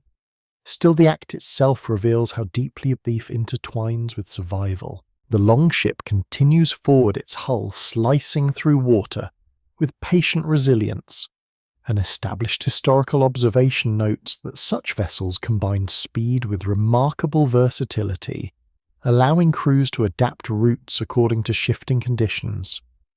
You sense this adaptability in every adjustment of sail and oar, every subtle shift of weight that keeps the craft balanced against unpredictable currents. Cold persists as a constant presence settling into muscles already weary from effort. You stamp your feet lightly, seeking warmth through motion. Nearby, a sailor hums a low melody that drifts across the deck like a thin thread of comfort. The tune holds no clear words yet. Its repetition offers reassurance. Shared sound becomes a form of shelter when physical refuge is scarce. A lingering scholarly discussion emerges as you consider the role of belief in maritime endurance. Researchers still question how much spiritual practice influenced practical decision-making among early seafarers. Some argue that rituals strengthened unity and confidence in directly improving survival chances. Others suggest that reliance on omens could occasionally lead to misguided choices. Observing the quiet balance between faith and action aboard this ship, you sense that experience often tempered superstition with realism. The sea grows darker toward the afternoon, reflecting clouds that thicken once more along the horizon. You feel tension ripple through the crew as they monitor subtle shifts in wind and current. Awareness sharpens. Tasks are performed with renewed attention. Every voyage demands constant adjustment, even during moments of relative calm. Food is shared in small portions again. You accept a piece of barley bread and chew slowly, appreciating its dense texture. Hunger remains a companion, yet it no longer feels overwhelming. Routine has taught you to manage discomfort, to measure satisfaction in increments rather than abundance. A sudden cry from above draws your gaze skyward. A lone bird circles briefly before vanishing into mist. Its appearance feels like a fleeting message from another world. You wonder what it is seen beyond the grey horizon, what hidden coastlines or gathering storms lie ahead. The captain studies the shifting clouds with narrowed eyes. His posture conveys quiet vigilance rather than alarm. Leadership here requires patience as much as decisiveness. You watch him adjust course by a fraction, trusting that small changes now may prevent greater danger later. As evening approaches, the light fades into muted shades of silver and slate. The longship continues its steady passage, guided by hands that have learned to endure uncertainty. Around you, belief, skill and determination weave together into a fragile yet resilient fabric. You draw a slow breath and prepare for whatever the sea may reveal next. The hours after leaving the inlet settle into a strange calm that feels almost suspicious. You stand near the centre of the longship, watching the grey water stretch endlessly in every direction. The sea rolls in long, heavy swells that no longer crash with violent fury, yet they carry a quiet strength that reminds you how easily conditions can shift again. Wind moves steadily across the sail, its sound less like a roar now, and more like a low continuous whisper. You notice how the captain remains constantly attentive even during this relative stillness. His gaze drifts from sky to horizon to the restless surface beneath the hull. Leadership at sea rarely involves dramatic gestures. Instead, it requires sustained awareness and the ability to read subtle changes before they become threats. One widely recognized historical fact is that experienced Viking captains often earned authority through demonstrated skill rather than inherited status alone. Crews trusted those who could guide them through uncertainty with calm judgment. The deck feels more stable than it has in days, allowing you to move without clinging to rope at every step.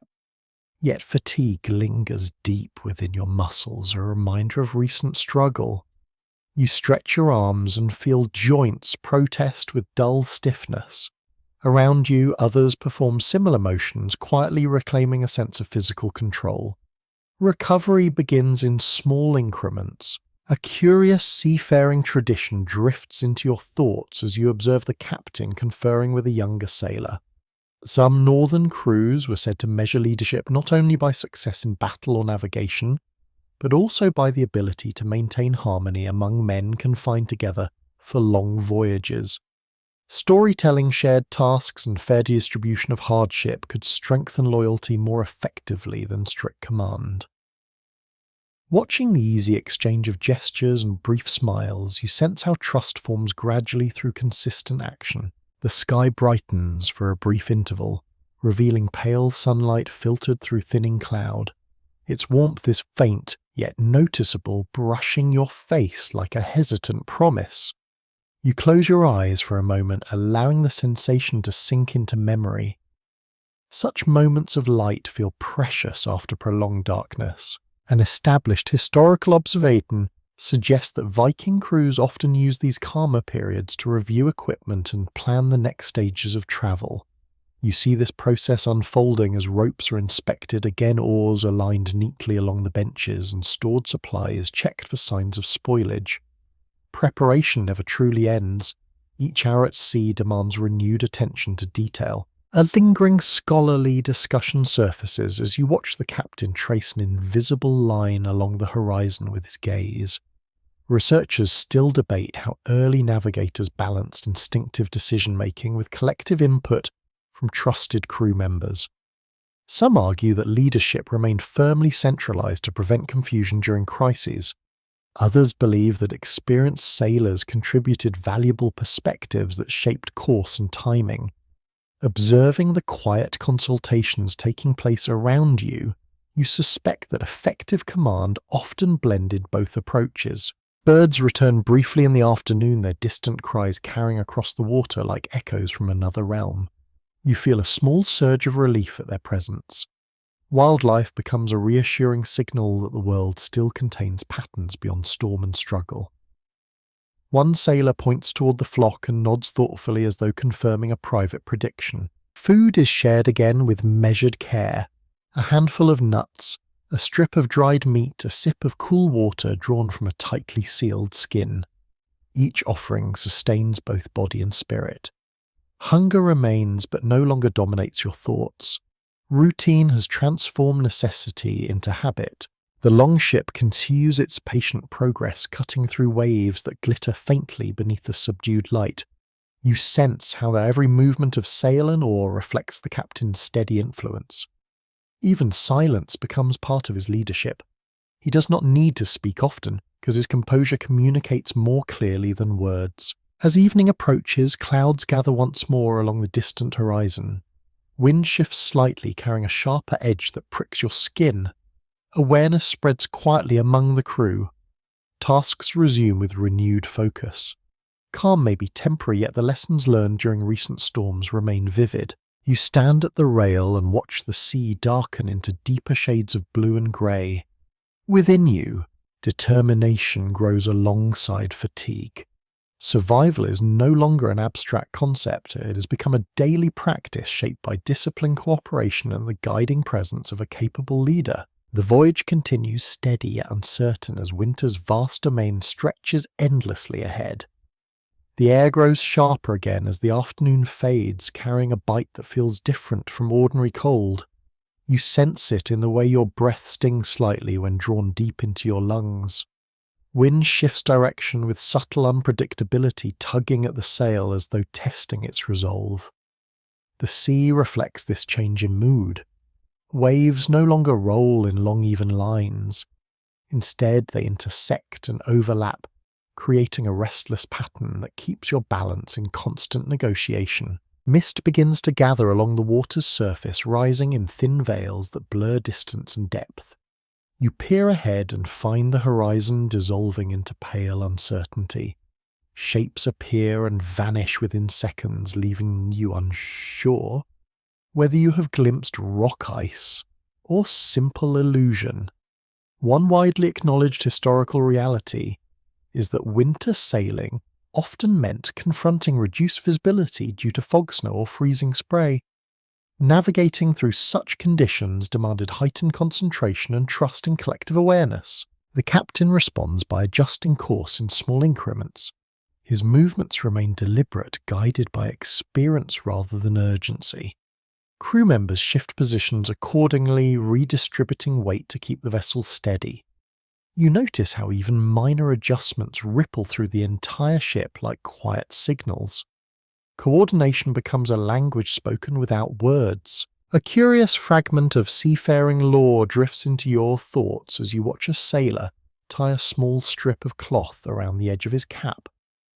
Some northern mariners believed that covering the ears during thick fog helped sharpen hearing, allowing them to detect distant breakers or hidden ice. Whether this practice truly enhanced perception or simply offered a sense of control is difficult to know. Still, you see others adopting similar gestures, their expressions intent. The mist thickens until droplets gather on your lashes. Sound changes as well. Wind seems muffled, and the steady rhythm of waves becomes harder to distinguish. In this hushed environment, every creak of timber feels amplified. An established historical observation suggests that Viking crews relied heavily on auditory cues when vision failed. Listening for the echo of surf against unseen cliffs, or the hollow resonance of floating ice could provide crucial warning. You strain to separate meaningful noise from the sea's endless murmur. A lingering scholarly debate surfaces as you consider the challenge before you. Researchers still question how frequently early sailors encountered drifting ice during winter voyages in northern waters. Some argue that shifting climate patterns may have created more variable conditions than previously assumed. Others suggest that sagas and oral traditions exaggerate such hazards for dramatic effect. Standing here now, surrounded by fog and cold, you feel the plausibility of both interpretations. The longship glides cautiously forward. Oars dip into the water, more often giving the crew greater control as wind becomes unreliable. You join the rhythmic motion, your muscles remembering tasks learned through repetition. Each stroke pushes against unseen resistance as though the sea itself has grown thicker. A sudden thud reverberates through the hull, startling everyone into heightened alertness. The impact is not severe, yet it carries a warning. Perhaps a piece of floating ice brushed against the side. Perhaps only a submerged log drifted into your path. The captain signals for reduced speed while sailors scan the mist with narrowed eyes. Awareness sharpens into near silence. Food is passed along in small, careful portions. You accept a bite of barley bread and chew slowly, focusing on texture rather than taste. Hunger feels secondary to vigilance. Survival now depends on constant attention to subtle change. Around you, breath clouds rise and mingle with fog, creating an atmosphere that feels both intimate and isolating.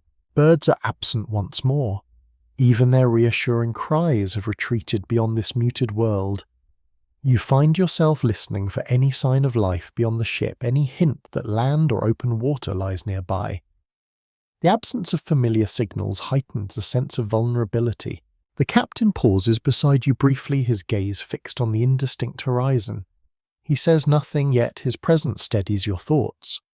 Leadership here is expressed through composure rather than command. In his subtlance, you find reassurance that uncertainty can be faced without surrender. As evening approaches, the mist begins to thin just enough to reveal darker shapes ahead. Whether these represent coastline or simply heavier cloud remains unclear. You draw a slow breath and prepare for whatever revelation may follow. The longship continues forward through this fragile world of fog and shadow, guided by patience, instinct, and the quiet resolve to endure winter's hidden dangers. The fog does not lift all at once. It loosens its hold, gradually revealing fragments of the world in cautious stages. You begin to see the outlines of waves again, their slow rising shapes emerging, like thoughts returning after a long silence. The air still carries a sharp chill, yet something in its texture feels different now. Visibility stretches a little farther with each passing moment, allowing the crew to breathe more freely. You notice how exhaustion has settled into everyone aboard. Faces appear, drawn eyes shadowed by fatigue that no brief rest can fully erase. Movements remain purposeful, yet there is a heaviness in the way tools are lifted and ropes secured. One widely acknowledged historical fact is that prolonged exposure to cold and stress often led to illness among Viking crews. Conditions such as frostbite, respiratory infections, and general weakness could spread quickly in confined spaces. Survival depended not only on weathering external threats, but also on managing the frailties of the human body. A sailor near the bow coughs into his sleeve, the sound rough and persistent. Another offers him a strip of cloth soaked in warmed liquid from a small pot. You watch the exchange with quiet concern. Compassion here feels practical rather than sentimental. Each person's strength contributes to the safety of all. A curious tradition surfaces in your thoughts as you observe these gestures. Some northern seafarers believe that sharing personal remedies or small comforts strengthened collective fortune, as though kindness itself could influence the outcome of a voyage. Whether this belief held spiritual significance or simply reinforced social cohesion remains uncertain. Yet you sense how such acts create bonds stronger than rope. The sea continues its restless motion, though waves have lost the violent edge of earlier storms. They rise and fall with steady insistence, reminding you that danger rarely disappears entirely. An established historical observation suggests that Viking crews developed routines to maintain morale during these quieter, yet draining intervals. Singing, storytelling, and the exchange of practical advice helped transform monotony into shared endurance. You hear fragments of low conversation drifting across the deck, now voices weaving comfort through familiarity. A lingering scholarly question emerges as you consider the psychological strain of such journeys. Researchers still debate how early sailors balanced emotional vulnerability with the need for unwavering resolve. Some propose that communal identity reduced fear by emphasizing collective survival over individual hardship. Others suggest that personal pride and reputation played equally significant roles. Observing the crew's subtle interactions, you suspect that both forces intertwine in ways difficult to separate. You take a turn assisting with routine maintenance, checking knots that have stiffened from repeated freezing and thawing. The task feels almost meditative. Each successful adjustment offers reassurance that order can be restored even after chaos. Around you, others perform similar duties with quiet concentration.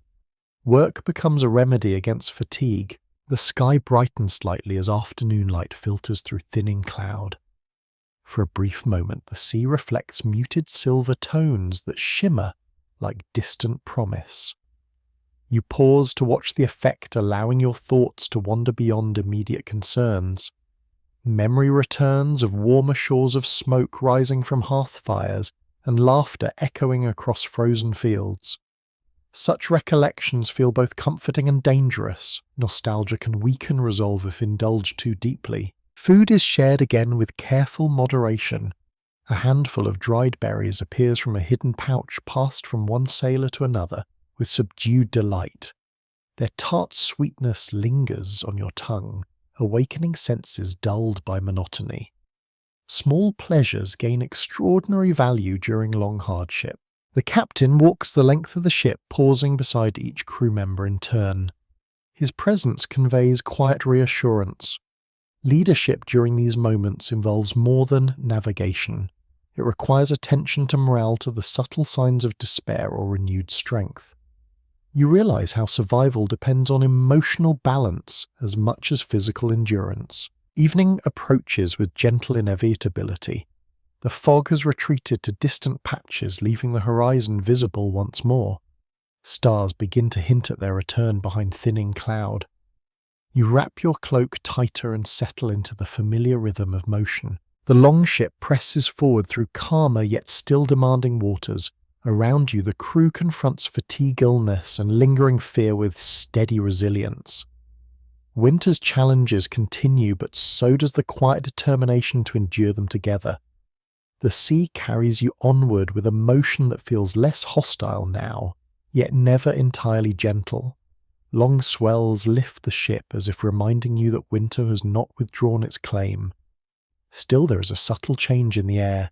You notice it in the way the wind smells, slightly less bitter, in the faint brightness lingering along the horizon even as clouds gather overhead.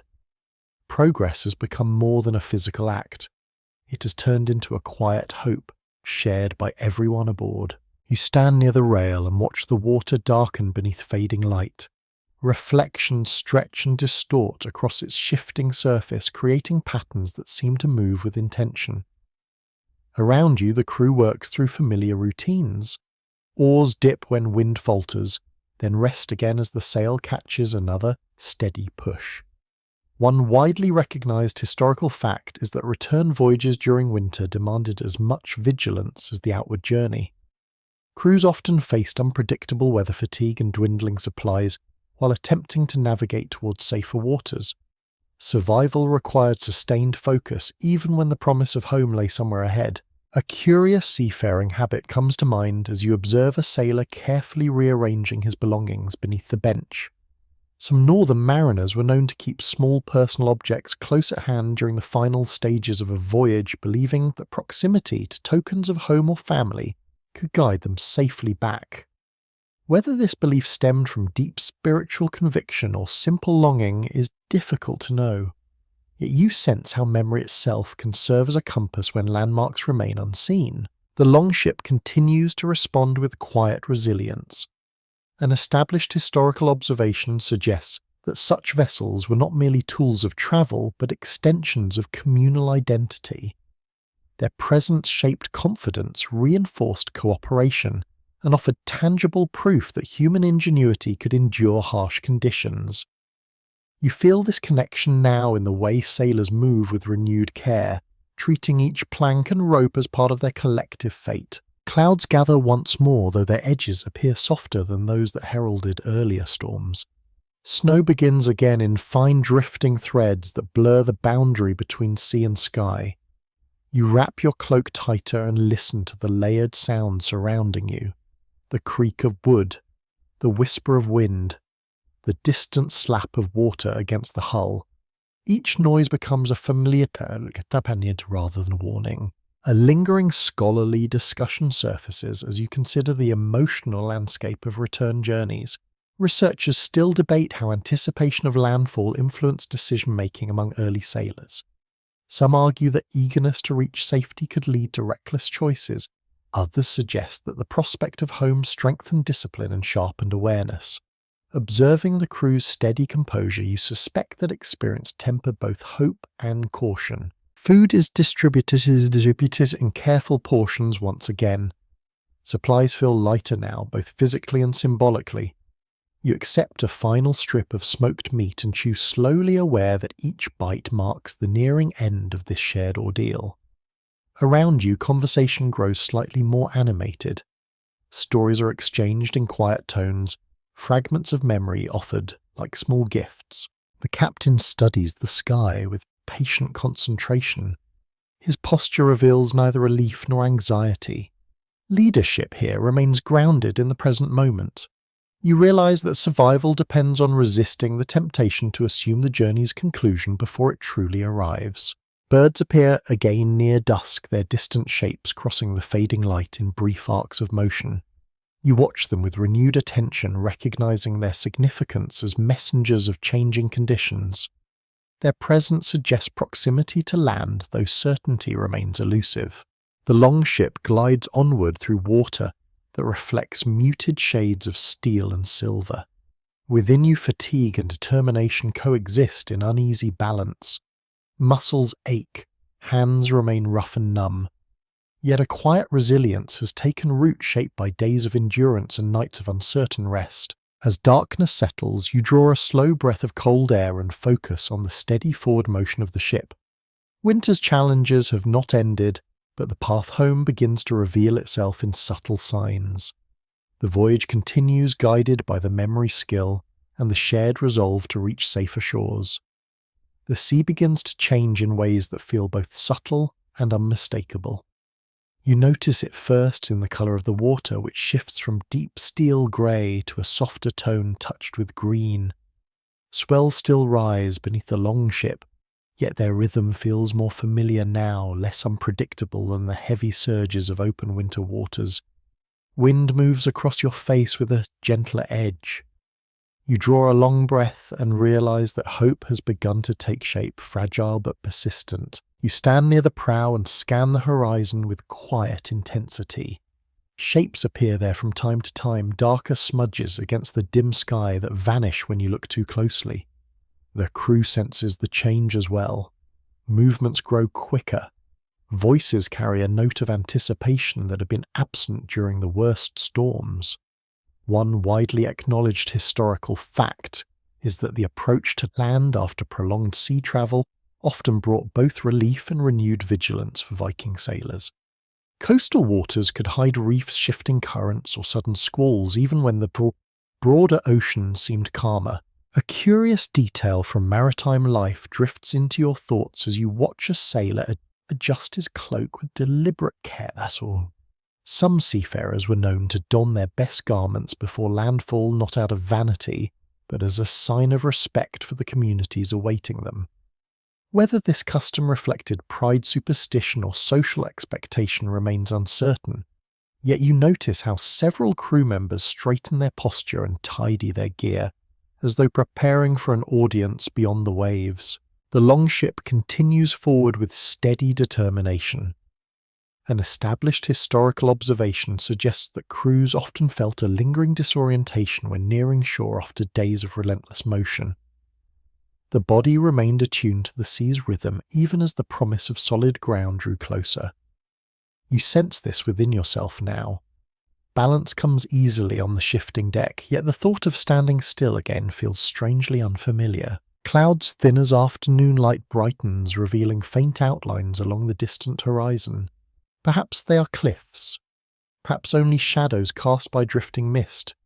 You narrow your eyes and search for confirmation. Nearby, a sailor points silently toward the same direction, his gesture conveying both excitement and caution. Certainty remains elusive. A lingering scholarly discussion surfaces as you contemplate the emotional impact of imminent landfall. Researchers still debate how anticipation influenced morale during the final stages of arduous voyages. Some propose that hope strengthened endurance, allowing crews to summon reserves of energy they did not know they possessed. Others suggest that overconfidence could lead to dangerous mistakes. Observing the careful balance between eagerness and restraint aboard this vessel, you sense how experience shapes response to expectation. Food is shared once more, though supplies now feel noticeably diminished. You accept a small portion of barley bread and chew, thoughtfully aware that each remaining bite carries significance. Hunger lingers but feels less oppressive.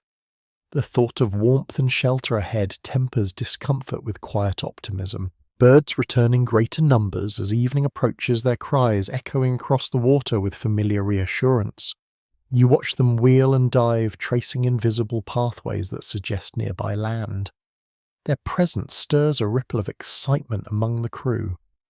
For the first time in days, laughter sounds freely carried by wind that no longer feels entirely hostile. The captain studies the horizon with unwavering focus. His expression remains composed, yet you sense relief flickering beneath the surface. Leadership here demands that hope be tempered with discipline. Course adjustments continue in measured increments, guiding the longship safely through changing currents. As the sun dips toward the edge of the world, pale light spreads across the sea like a final blessing. Reflections shimmer along the hull, transforming frost and spray into fleeting brilliance. You pause to absorb the moment, aware that survival has become more than endurance. It has become a story shared by everyone aboard. Darkness gathers once more, yet this time it feels less oppressive. Within you, fatigue mingles with quiet pride. The journey has tested body and spirit alike. Still the longship moves forward, drawn by memory and determination toward shores that may soon emerge from shadow. Land finally reveals itself not as a dramatic revelation, but as a slow unfolding. You see it first in the change of light. Dawn stretches across the water with a softer glow, reflecting off waves that now seem calmer, more welcoming. The horizon sharpens into darker shapes that hold their form rather than dissolving into mist. Cliffs rise gently in the distance, their outlines dusted with snow that glimmers like powdered silver. You feel a quiet surge of relief spread through your chest, tempered by the lingering awareness that winter still watches from every shadow. The longship glides forward with steady purpose. Oars dip into the water in measured strokes, guiding the vessel toward a coastline that feels both familiar and newly wondrous. One firmly grounded historical fact comes to mind as you observe the crew's renewed energy. Viking sailors often marked successful winter voyages with small acts of gratitude or celebration upon reaching safer shores. Survival itself was an achievement worthy of acknowledgement even when future journeys awaited.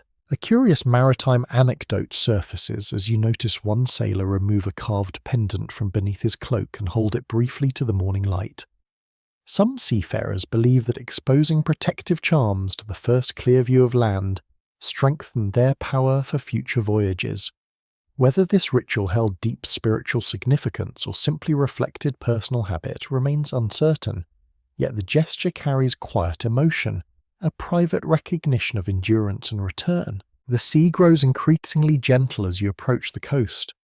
Waves roll beneath the hull with a rhythm that feels almost comforting. You lean against the rail and inhale deeply, catching faint scents of earth and distant vegetation. These subtle signals anchor you in reality after days spent surrounded by endless salt and cold. An established historical observation suggests that Viking crews often experienced a lingering sense of motion even after reaching land. Bodies accustomed to constant sway required time to readjust to stillness. You sense this anticipation within yourself now. Muscles tighten slightly at the thought of standing on solid ground. The sea's rhythm has become an unspoken companion difficult to leave behind. A thoughtful scholarly discussion drifts into your awareness as the coastline draws nearer. Researchers continue to debate how winter voyages shape the mythology and identity of Viking communities. Some argue that tales of survival at sea reinforce social cohesion and admiration for seafaring skill. Others suggest that such experiences deepen spiritual interpretations of nature's power. Watching the crew prepare for arrival, You sense how memory and storytelling will transform these days into something larger than lived reality. Birds circle overhead in growing numbers, their cries bright and insistent. The sky clears, gradually revealing pale blue above the retreating clouds. Sunlight glances across frost-covered planks, turning each droplet into a brief spark of brilliance. You feel warmth touch your face for the first time in what seems like an age. It arrives gently, like a reassurance rather than a reward. The captain signals for reduced speed as the longship enters shallower water. Oars guide the vessel between hidden currents, every movement precise and deliberate. Leadership here remains calm and focused until the journey's final moment. Only when the keel grates softly against sand does tension begin to release. You step ashore with a careful caution. The ground feels solid yet strangely unfamiliar beneath your boots. For a moment you sway slightly, adjusting to stillness. Around you others share quiet smiles and relieved laughter. Cloaks are shaken free of salt and snow. Supplies are lifted onto waiting shoulders.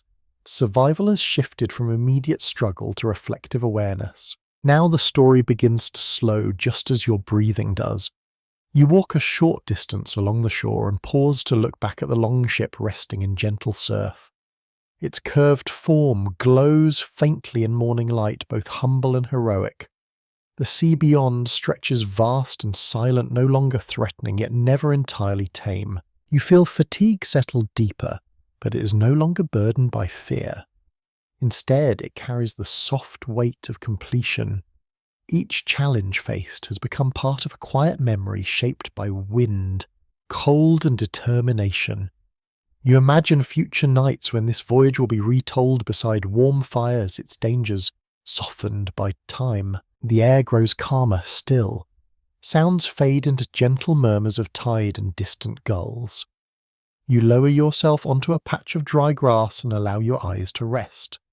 Muscles loosen, thoughts drift like clouds dissolving into blue sky. Winter storms lie behind you now. Ahead stretches the simple comfort of land, of warmth, of sleep, earned through endurance. The world feels slower, quieter, kinder. You breathe deeply once more and let the rhythm of the sea linger only as a memory. You settle further into stillness as the day brightens. Around you the crew continues their quiet work, unloading gear, tending to the longship, preparing for the next chapter of their lives. Yet your attention drifts away from these practical concerns. Instead, you focus on the sensation of ground beneath you, firm and patient, offering support without movement. It feels like an embrace you had almost forgotten. Wind softens into a gentle sigh that brushes across your face like a lullaby. The sky stretches wide and open above you, free from the heavy clouds that once seemed determined to press you down. Sunlight grows warmer, melting the last fragile traces of frost along the shoreline. You watch tiny droplets form and slide into the sand, their journey complete in quiet simplicity. Your breathing slows naturally, guided by the steady rhythm of the tide. Each rise and fall of water becomes a reminder that hardship too follows cycles. Storms gather, storms pass. Cold deepens, then fades. The memory of fear begins to dissolve, replaced by a calm understanding that endurance has its own gentle reward. You allow your thoughts to drift through fragments of the voyage, the creak of oars moving in unison, the sting of icy spray against your cheeks, the glow of firelight reflecting on tired faces. Each image softens as it returns like a story told from a distance. What once felt overwhelming now settles into quiet perspective. Nearby the longship rests with dignified stillness. Its weathered planks hold the marks of wind and wave, silent evidence of the journey completed. You sense gratitude rising within you, not as a sudden surge, but as a slow, comforting warmth. Gratitude for skill, for companionship, for the simple miracle of arrival. The world grows quieter still. Even the gulls seem to call more softly, now their voices carried gently across the open air. You close your eyes and listen to the subtle music of land and sea blending together. It feels like the perfect ending to a long, demanding passage. Sleep approaches not as an escape, but as a natural continuation of rest already begun. You release the last tension from your shoulders and let the calm spread through every part of you. Winter storms no longer define this moment. Only stillness remains. Sweet dreams.